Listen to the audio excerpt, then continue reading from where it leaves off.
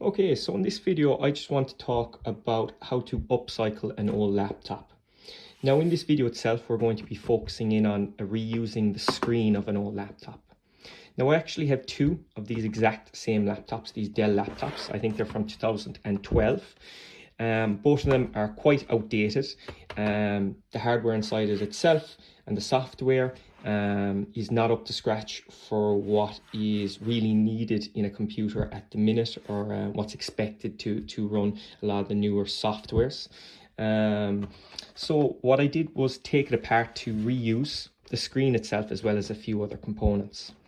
Now, the other laptop that I took apart, I was able to salvage a few different parts, like the disk drive itself, which can be reused to read discs for some of the newer laptops that don't have disk drives. You have storage. So for instance, this is the storage that was in that laptop. I think it should state here the storage size, 250 gigabytes. So all that can be reused. All you have to do is buy maybe a €5 shell to fit over it on eBay or Amazon, and then that can be used as an external hard drive. You also have the battery, which can be reused also. If you open it up, there's battery cells inside it.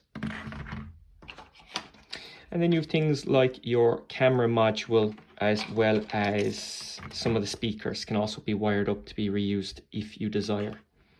Now, the main part that we are going to be looking at in this video is going to be the screen, which was taken out of the laptop itself, which I have here.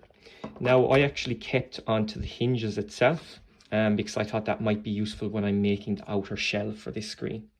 Now, it's quite thin, so you have to be careful with it when it's taken out of the laptop.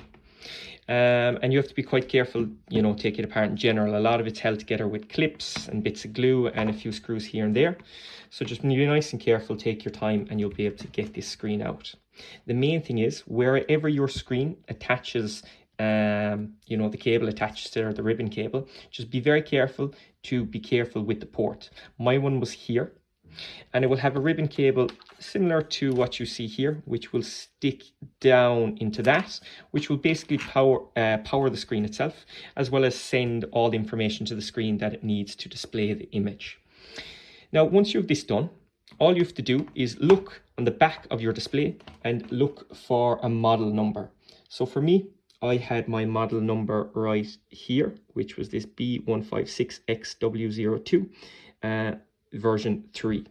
Now all I had to do was transfer that over to eBay and then also put in driver board. And what you should get is something similar to this right here.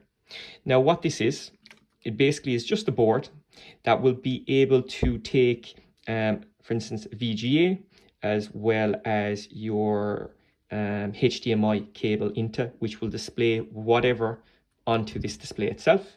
And then you just have another port here, which is a 12-volt power supply. You have to buy that separately. Sometimes they sell them with them, but I just have a normal one here. As you can see, it should say what it is. It is a 12-volt, 2000 amp. Okay, so that's what I'm using. Now, what you can do is you can connect the ribbon cable. So I have it here, connected the same way the other one came out.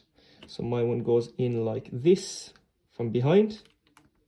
Be careful that you take a picture if there's time in between when you take out the screen and when you get this driver board. Make sure that's in there nice and securely. I like to put a small bit of a tape over it just to ensure that it doesn't move anywhere. Like so. Then I'm going to flip my screen over. And I'm going to put power to my driver board. So I'm going to use this 12-volt port here. Everything else will be connected to this when you buy it. Plug in my power supply. And plug it directly in here. Now it should power on. Lovely. We have our green. Lovely. And it's also displaying, be careful. It's also displaying what is coming up. So that's the VGA. So it's a bit loose, the connection, so I have to hold it. So what I can do is I can start pressing buttons here, and I'll see if I change it from VGA to HDMI, which we're going to be using. HDMI, perfect. Okay, so now I'm just going to grab a HDMI cable and plug it in. Okay, so here's our HDMI cable.